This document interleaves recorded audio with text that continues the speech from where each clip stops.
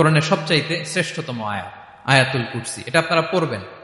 বিষ্ণু ইসা ইসলাম বলেন, মান করা আয়াতুল কুরসি দুবুরা কুল্লি সলাতিন মাকতুবাতিন লাম ইয়ামনাহু মিন দুখুলিল জান্নাতি ইল্লাল মাউত। প্রত্যেক ফরজ সালাতের পরে যে ব্যক্তি আয়াতুল কুরসি পড়ে তার জান্নাতে যাওয়ার ক্ষেত্রে আর কোনো বাধা থাকে না, একটা জিনিস ছাড়া, সেটা হচ্ছে মরণ, মৃত্যু। লোকটা মরে না তাই জান্নাতে যায় না, মরলেই জান্নাতি।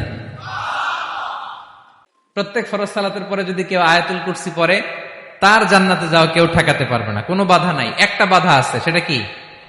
মরে না। না মরলে জান্নাতে যেতে পারবেন? মরলেই।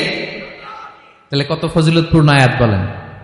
বাতুপা হাতের আমার কলেজের টুকরা ভাইয়েরা, প্রত্যেক ফরজ নামাজের পরে এটা পড়বেন ইনশাআল্লাহ। বলেন সবাই, প্রত্যেক ফরজ সালাতের পরে এই আয়াতুল কুরসি পড়বেন।